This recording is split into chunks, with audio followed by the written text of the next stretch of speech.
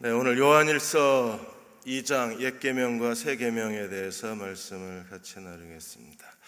페르시아의 고레스 왕이 바벨론 70년 하나님의 예언을 성취했습니다.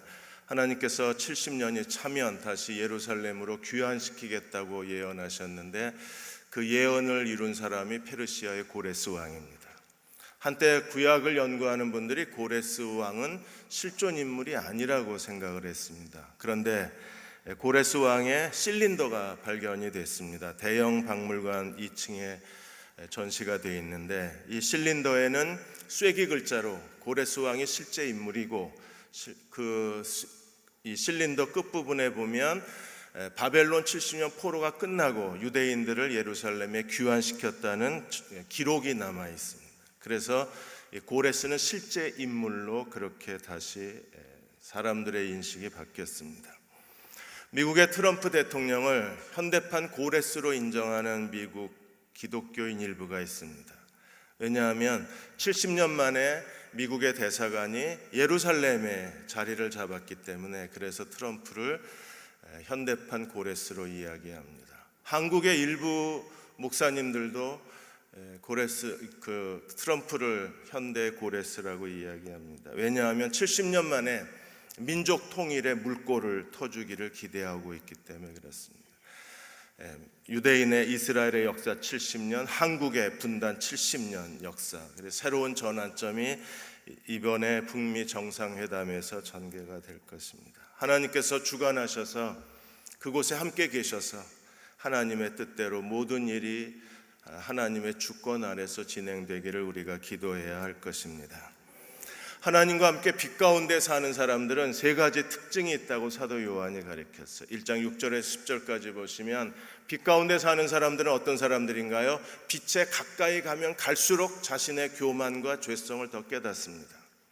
그로 인하여 하나님 앞에 더 죄의식을 가지고 죄를 자백하며 하나님께 나아갈 수밖에 없습니다.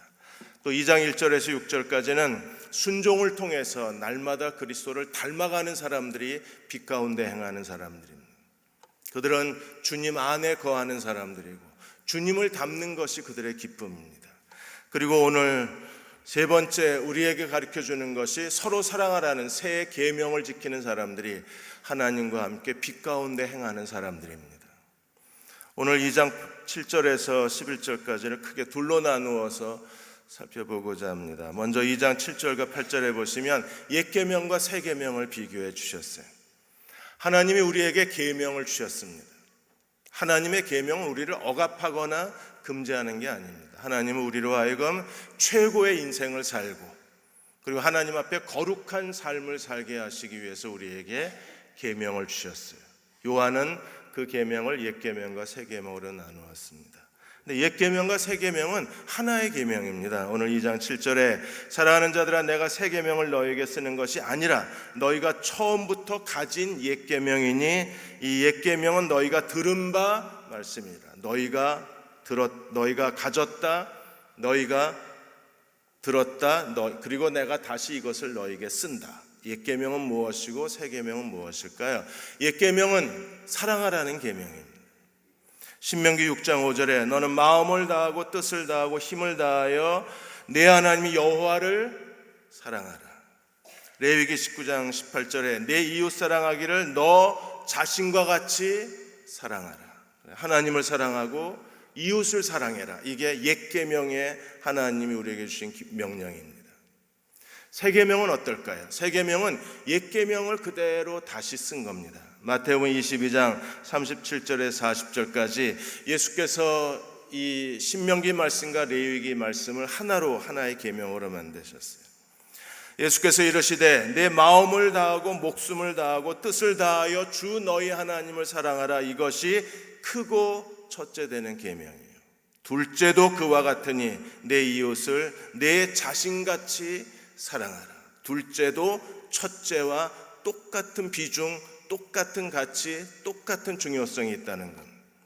하나님을 사랑하고 이웃을 사랑하라. 이 두 계명이 온 율법과 선지자의 강령, 선지자와 율법의 결론이라고 말씀을 하셨어요. 바울도 로마서 13장 8절에 10절까지 우리에게 이렇게 권면합니다. 피차 사랑의 빚 외에 아무에게도 아무 빚도 지지 말라. 남을 사랑하는 자는 율법을 다 이루었느니라. 다른 사람을 이웃을 사랑하는 사람들, 다른 사람을 사랑하는 사람들이 율법을 다 순종한 사람이 되는 거예요. 어떻게 이런 일이 가능합니까? 9절에 간음하지 말라, 살인하지 말라, 도적질하지 말라, 탐내지 말라 한 것과 그 외에 다른 계명이 있을지라도 내 이웃을 내 자신과 같이 사랑하라는 말씀에 이 계명이 다 들어있다는 겁니다. 왜요? 사랑은 이웃에게 악을 행하지 아니하나니 그러므로 사랑은 율법의 완성이니라. 우리가 누군가를 사랑하면 그 사람 걸 도둑질하지 않습니다. 누군가를 사랑하면 그 사람의 가장 소중한 것을 우리가 빼앗지는 않습니다. 누군가를 사랑한다면 그를 걸려 넘어지게 하지는 않습니다. 그러므로 사랑은 율법의 완성입니다. 예수님이 새 계명을 주셨습니다. 요한복음 13장 34절 35절에 새 계명을 너에게 주노니 서로 사랑하라. 어떻게 사랑해야 되나요? 내가 너희를 사랑한 것 같이. 주님이 이미 사랑의 모범을 보이셨습니다. 이렇게 사랑하라. 주님이 사랑을 먼저 우리에게 재현해 주셨습니다. 이렇게 사랑하라고 주님이 먼저 사랑을 우리에게 모범으로 보이셨어요. 내가 너희를 사랑한 것 같이 너희도 서로 사랑하라. 우리가 사랑하면 어떻게 되나요? 너희가 서로 사랑하면 이로써 모든 사람이 내 제자인 줄 알리라. 그러므로 우리가 사랑해야 합니다. 영국의 리버풀에 유명한 레코드 가게가 하나 있습니다. 이 레코드 가게는 발매된 모든 레코드는 인기가 있던 인기가 없던 모든 레코드를 다 수집한 가게로 유명합니다. 그래서 사람들 사이에 그 집에 가면 모든 레코드가 다 있다는 소문이 돌았습니다. 근데 어느 날 10대 소녀 하나가 이 레코드의 가게에 와서 어떤 그 가수 팀 이름을 얘기하면서 독일에서 발매된 레코드를 구할 수 있느냐고 물어봤습니다. 저희는 그 가수 그 그룹 이름을 들어본 적도 없고 독일에서 발매된 레코드에 대해서 전혀 들어본 적이 없어요. 그래서 소녀에게 약속을 했습니다. 그냥 10대 소녀의 장난이라고 생각하고 무시할 수도 있는데 약속을 했습니다. 내가 독일에 알아봐서 반드시 레코드를 구해주겠다고 했습니다. 독일의 함부르크의 한 레코드 가게에 그 레코드가 있는 걸 알고 이분이 그걸 구입을 했습니다. 소녀가 왜 이걸 찾나 궁금해서 레코드를 들어보고 너무나 깜짝 놀랐습니다. 완전히 새로운 음악이었어요. 그리고 그 팀이 어디서 연주회를 하나 찾아서 연주회장에 가서 직접 듣고 더 큰 감동을 받습니다. 그리고 그 자리에서 그 그룹에게 제안을 합니다. 자기가 매니저가 돼주겠다고 했어요. 그 팀이 바로 비틀즈입니다. 그리고 이분은 첫 번째 매니저가 된 브라이언 업스타인입니다. 맨 왼쪽에 있는 분이 브라이언 업스타인입니다. 비틀즈를 알아보고 비틀즈를 세상에 내놓은 거예요. 그래서 20세기 대중음악의 전설로 만든 게 이 브라이언 업스타인 매니저였었습니다. 나중에 불행하게 끝나긴 했지만 한 소녀를 그냥 무시해도 누구도 그를 탓하지는 않았을 거예요. 그런데 그 소녀의 부탁을 들어준 게 계기가 돼서 자기 인생도 바뀌고 비틀즈를 세상에 꺼내놓을 수 있었던 것도 그 한 소녀 때문이었습니다. 10대 소녀. 우리가 우리 주변에 있는 사람들을 소중히 여겨야 되는 이유가 여기 있어요. 하나님이 어떤 사람을 통해서 내 인생에 새로운 기회를 주시고 내 인생에 새로운 도전을 주실지 우리는 알지 못하기 때문에 그렇습니다. 2장 8절에 요한은 내가 다시 새 계명을 너희에게 쓰노니 그에게와 너희에게도 참된 것이라. 새 계명은 예수님에게도 참되고 너희에게도 참되다 그랬어요. 무슨 뜻일까요? 새 계명은 예수님에게 참됩니다. 왜요? 주님이 이 땅에 오셔서 십자가의 죽으심으로 하나님의 사랑을 그대로 실천하셨기에 새 계명은 주님에게 참된 것입니다. 하나님이 우리를 사랑하셔서 독생자 예수 그리스도를 아끼지 아니하시고 화목제물로 내어주셨어요. 하나님 사랑은 참됩니다. 예수님은 자기 목숨을 아끼지 아니하시고 십자가에서 죽으심으로 우리에 대한 자신의 사랑을 확증하셨습니다. 예수님의 사랑도 참됩니다. 십자가에 죽으시고 부활하심으로 우리를 사랑하신 그 예수님이 우리 안에 내주하고 계십니다. 그러므로 우리가 주님의 새 계명대로 순종할 수 있다는 사실도 참된 사실입니다. 우리는 순종할 수 있습니다. 예수님이 우리를 사랑하신 것처럼 우리가 서로 사랑할 수 있습니다. 왜요? 이미 참 빛이, 어둠이 지나가고 참 빛이 우리에게 비쳤습니다. 사랑을 실천하시고 사랑을 완성하시고 사랑의 모범을 보이신 주님이 우리 안에 들어와 계시기 때문에 우리도 사랑할 수 있어요. 그분이 계시기 때문에. 주님은 새로운 시대의 시작이십니다. 주님이 새 언약의 시작이십니다. 예수 그리스도로 말미암아 하나님의 나라와 복음이 이 땅에 선포되었습니다. 주님의 새로운 시대는 지금도 계속 진행돼 가고 있고 언젠가 그리스도가 다시 오실 때 이 하나님 나라의 새 언약의 시대가 완성이 될 것입니다. 그럼 하나님 나라의 가장 중요한 것이 무엇입니까? 내가 너희를 사랑한 것 같이 너희도 서로 사랑하라. 사랑의 계명을 지키는 나라가 하나님 나라입니다. 사랑의 계명대로 사는 사람들이 하나님의 백성들입니다. 하나님께서는 이 사랑의 법을 우리의 마음과 생각에 기록해 놓으셨대. 이게 새 언약입니다. 히브리서 8장 10절에 보시면 주께서 이르시되 그날 후에 내가 이스라엘 집과 맺을 언약은 이것이니 새 언약입니다. 그리스도가 새 언약의 중심이십니다. 새 언약이 무엇입니까? 내 법을 그들의 생각에 두고 그들의 마음에 이것을 기록하리니 나는 그들에게 하나님이 되고 그들은 내게 백성이 되리라. 하나님이 우리의 생각과 우리 마음에 새 계명을 기록해 놓으신 게 새 언약입니다. 생각에 기록이 돼 있어요. 우리 마음이 하나님의 새 계명대로 살기를 원하고 있습니다. 빛이 비쳤습니다. 이건 참된 일입니다. 하나님의 언약 안에 사는 사람들입니다. 그러므로 사랑의 계명을 우리에게 주신 주님이, 사랑을 완성하신 주님이 우리 안에 계시기에 우리도 서로 사랑할 수 있습니다. 여몽철 장로님이 오늘 아침에 글을 하나 쓰셨는데 거기에 오랜 인연을 유지하려면 우리에게 무엇이 필요한가? 어떤 인연은 너무나 짧게 끝납니다. 어떤 인연은 정말 오래도록 소중한 인연이 만들어집니다. 우리가 오랜 인연을 만들려면 어떻게 해야 되나요? 우리가 배려가 있어야 되고 용서가 있어야 되고 사랑이 있어야 되고 무엇보다 겸손이 있어야 된답니다. 이걸 배워서 할 수 있나요? 아니요. 본능적으로 나와야 합니다. 이게 어떻게 본능적으로 나올 수 있나요? 마음과 생각에 하나님의 법이 기록된 사람들은 본능적으로 나오는 거예요. 미국의 초대형 교회들은 예산을 공개하지 않습니다. 근데 이번에 휴스턴 크로니클이 레이크 우드 교회의 예산을 공개를 했습니다. 레이크 우드 교회는 조엘 오스틴 목사님이 목회하는 교회입니다. 주일날 한 5만 명이 모여서 예배를 드립니다. 저희 예배당 모습입니다. TV로 매주 설교를 시청하는 사람들이 1,000만 명이 넘습니다. 이 교회 1년 예산이 거의 1,000억 가까이 됩니다.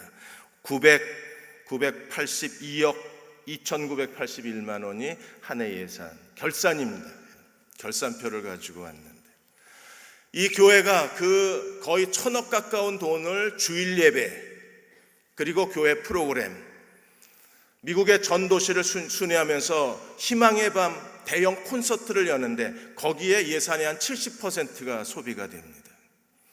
그리고 교회를 운영하는데 약 122억 원이 들어가요. 그러면 선교와 구제비는 얼마나 들어갈까? 그 교회가 얼마나 건강한 교회인가를 보려면 선교와 구제에 예산에 얼마를 쓰느냐를 보면 그 교회가 얼마나 건강한 교회인가를 우리가 알 수 있는 거예요. 빛이 비치는 교회인지 아직도 어둠에 있는지를 우리가 측정하는 게 선교와 그 지역사회에 얼마나 내놓고 사느냐, 지역교회에 얼마나 공헌하는 교회냐를 보는데 이 레이크 우드 교회가 지역사회에 내놓은 선교의 구제비는 겨우 12억 원에 불과합니다. 989억 원의 예산을 집행하면 982억 원의 예산을 집행하면서 선교와 구제비는 12억밖에 안 되는 거예요. 이웃에 관심이 없는 거예요.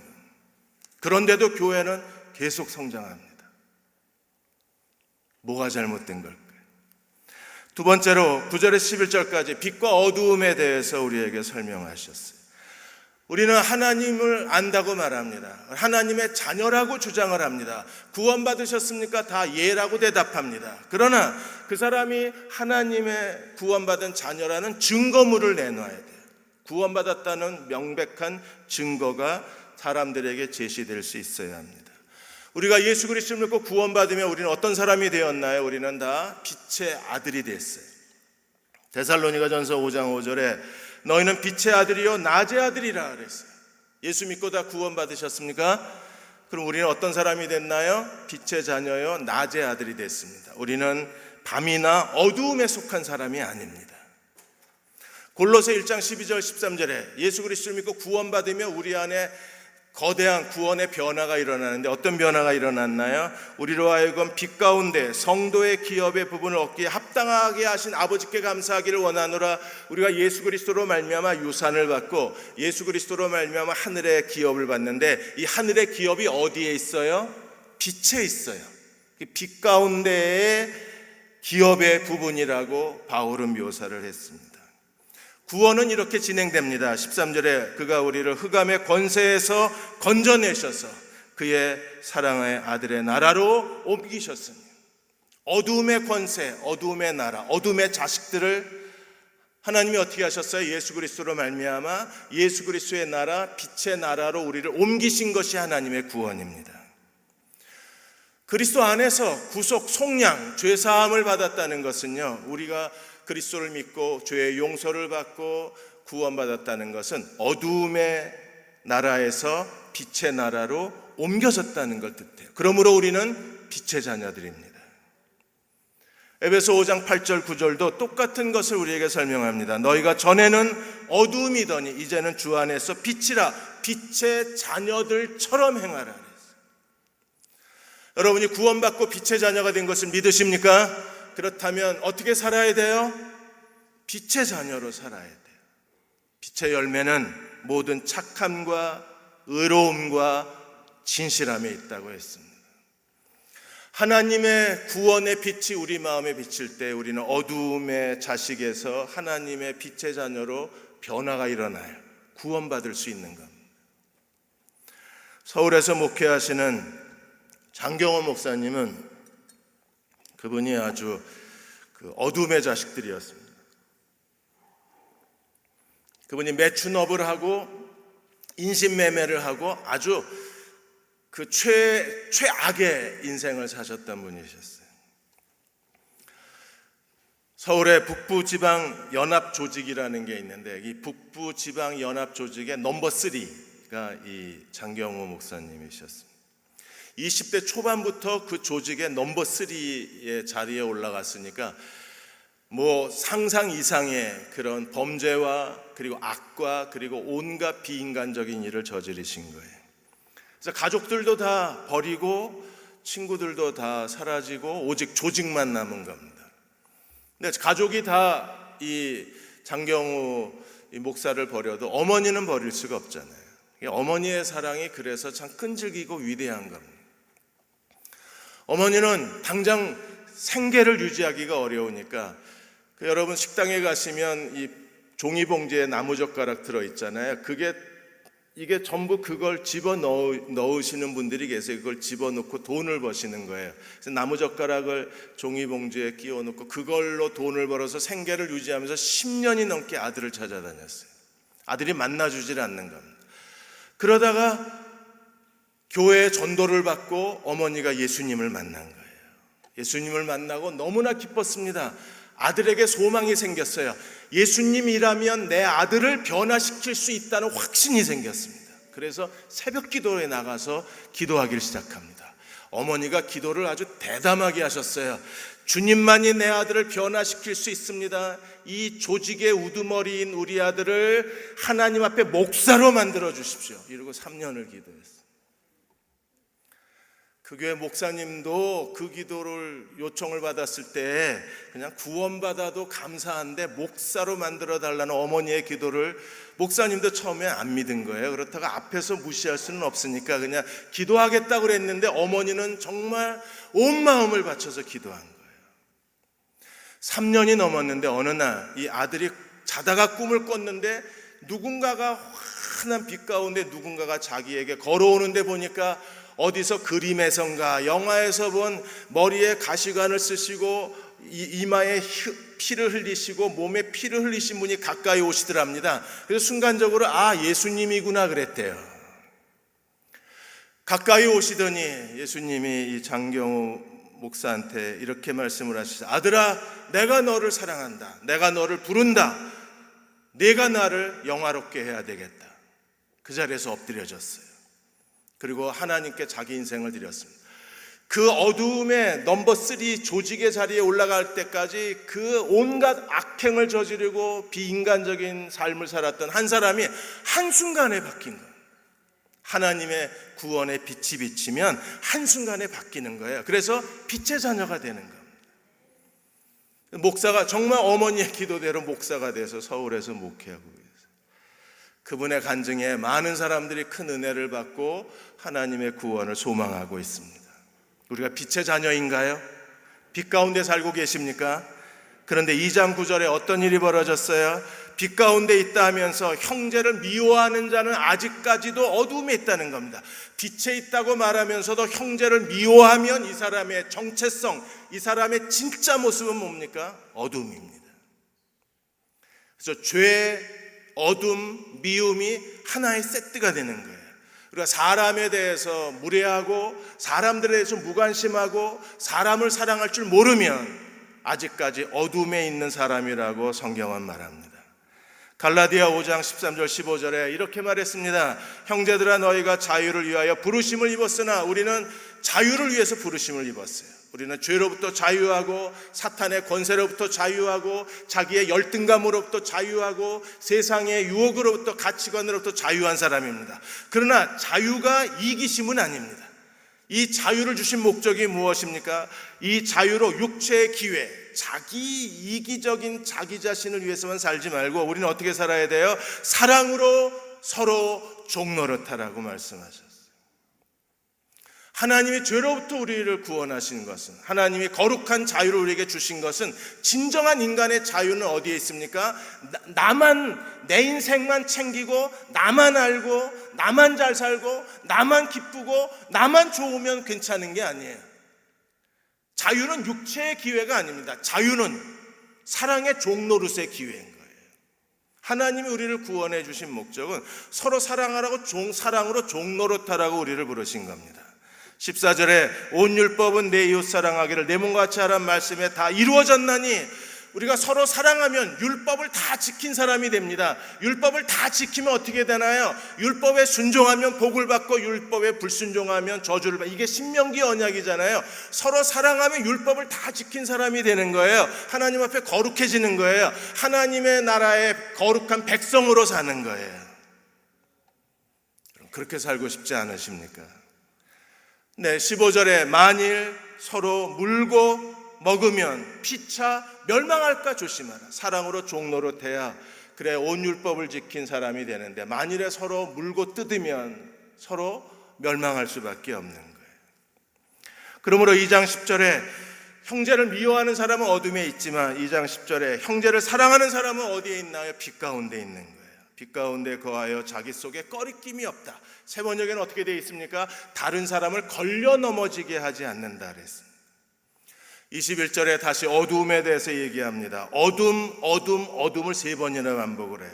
만일에 형제를 미워하면, 2장 9절에 형제를 미워하면, 2장 11절에 형제를 미워하는 자는 어둠에 있습니다. 그 사람의 존재 자체가 어둠이에요. 그 사람은 아직 구원받지 못한 사람이거나 구원받았지만 타락한 사람일 거예요. 그는 빛이 아니라 어둠에 있는 사람입니다. 두 번째, 어둠에 행해서 그는 갈 곳을 알지 못합니다. 여러분, 사람이 살아가면서 겪는 가장 큰 어려움이 무엇입니까?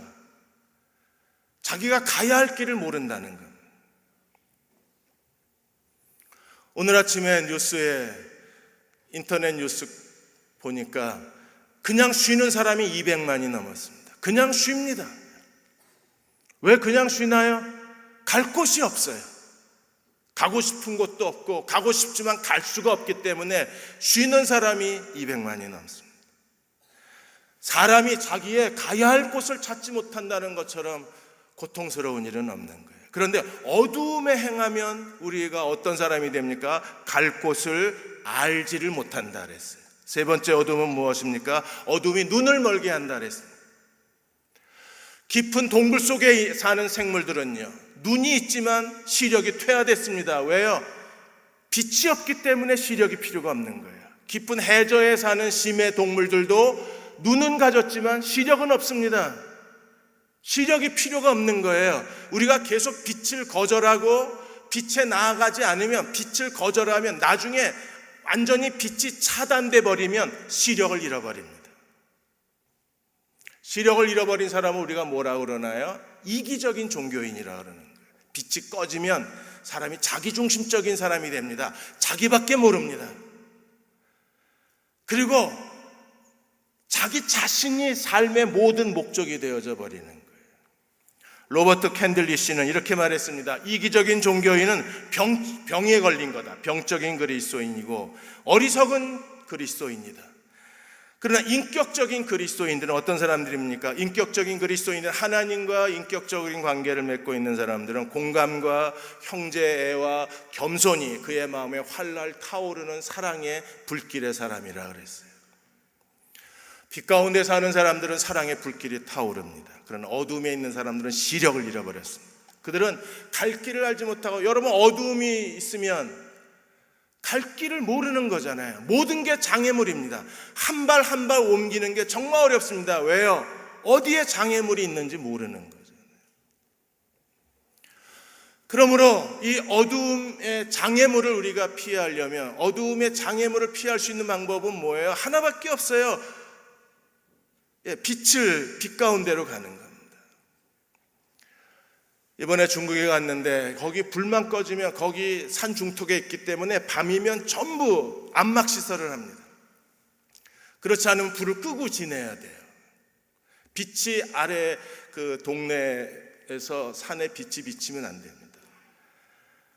화장실 가는 것도 조심스럽게 걸어가야 합니다. 복도는 삐걱거리고 그 복도에 뭐가 있는지, 뭐가 발에 걸릴까봐 조심조심 한 걸음 한 걸음 걸어가야 돼요. 어둠 속에 있으면 길을 잃어버릴 수밖에 없습니다. 우리가 사랑이 없으면 더듬거릴 수밖에 없어요. 마음의 사랑을 잃어버리면 인생의 함정에 빠지게 되고, 덫에 걸리게 되고, 걸림돌에 걸리게 돼서 언제 우리가 넘어지게 되고 언제 실패할지 모르는 두려움이 우리 안에 있는 겁니다. 그러므로 우리가 서로 사랑으로 나아가야 합니다. 사랑하는 사람만이 빛 가운데 거할 수 있고, 빛이 있어야 길이 보이는 거예요. 이번에 프랑스 파리 18구에서 한 4살 된 아이가 5층 아파트 난간에 매달린 사건 여러분 보셨을 겁니다. 모두가 다 소방대원이 올 때까지 그 아이에 대해서 다 걱정하고 있는데, 한 22살 아프리카 젊은이가 맨손으로 기둥과 벽을 타고 5층까지 올라가서 4살 된 아이를 구출해냈어요. 이 청년은 22살 청년이고 이름이 마두무 가사마라는 이름을 가졌는데, 옛날에 프랑스가 지배했던 아프리카 말리에서 프랑스로 왔는데 불법 체류자입니다. 프랑스 마크롱 대통령이 이 청년을 만나서 이 청년이 불법 체류자라는 걸 알고 이 청년에게 2가지 선물을 줬습니다. 하나는 프랑스 국적을 줬습니다. 시민권. 아이에게 친절을 베푼 친절의 행동 하나가 이 22살 아프리카 청년의 인생을 완전히 바꿔버린 거예요. 이제는 프랑스 불법 체류자가 아니라 프랑스 시민이 됐습니다. 남의 일이지만 기뻐해 주십시다. 그리고 맨손으로 그 5층까지 올라간 거예요. 마크롱 대통령이 올라가는데 무섭지 않았냐 그랬더니 처음에 무서웠는데 올라갈수록 용기가 생겼답니다. 하나님이 함께 하셨다고 고백을 하면서, 그렇게 말하자 마크롱 대통령이, 그 특별한 제주잖아요. 맨손으로 5층까지 올라갔으니까. 그래서 소방대원으로 특채를 했습니다.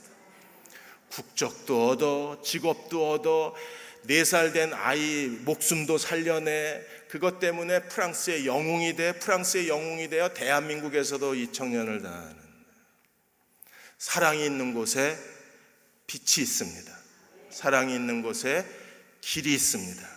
사랑하라는 계명에 순종하는 저와 여러분 되시기를 주의 이름으로 축원합니다. 우리 일어나셔서 305장입니다. 나 같은 죄인 살리신 우리 1절하고 4절 부르시고 기도하고 축도하겠습니다.